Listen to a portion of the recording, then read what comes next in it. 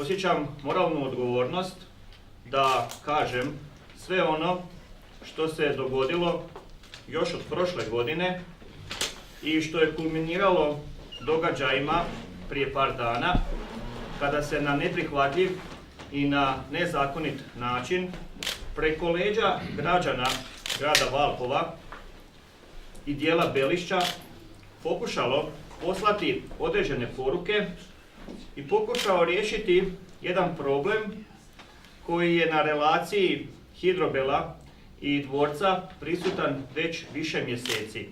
I to od dana kada je tijekom ljeta prošle godine bio pokušaj da se jednostranom odlukom Hidrobela uvede nova cijena pitke vode za naše sugrađane.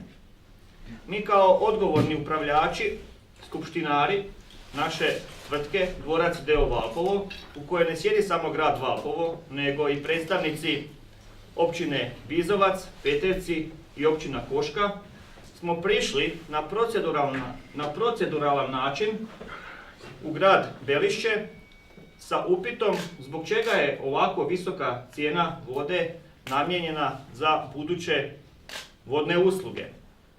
Nismo dobili tehničke analize, nismo dobili odgovore na sva pitanja, iako je razgovor trajao više od 3 sata.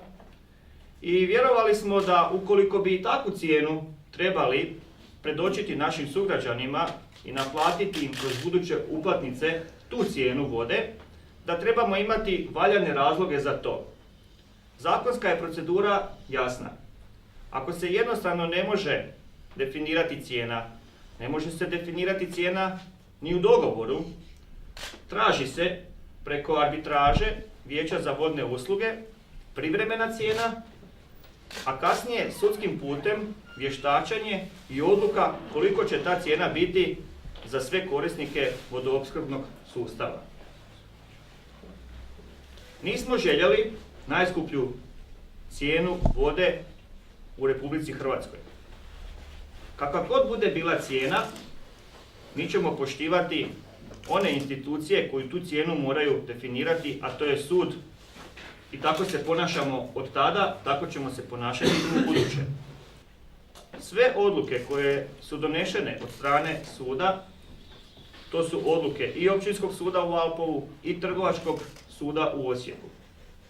Mi pozivamo sve institucije da dođu u našu firmu, da Dvorac d.o.o. predoči sve dokumente, sve ono što je bitno da se utvrdi činjenično stanje.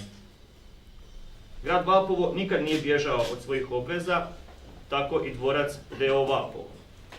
Na ovaj način se ne rješavaju problemi, na ovaj način preko leđa građana, na nezakonit način, unatoč tome što je sudska presuda rekla po rješenju da se ne može obustaviti voda, to se dogodilo. Imali smo veliku borbu tih 6 sati kako da preko institucija djelujemo da se voda vrati u sustav. Dogodilo se ono što nismo htjeli, građani su uzeli stvar u svoje ruke, pustili su vodu u sustav. Danas se njima prijeti kaznenim prijavama. Građanima koji su postupili da bi si samo pomogli, bez institucija. To je klasična samopomoć.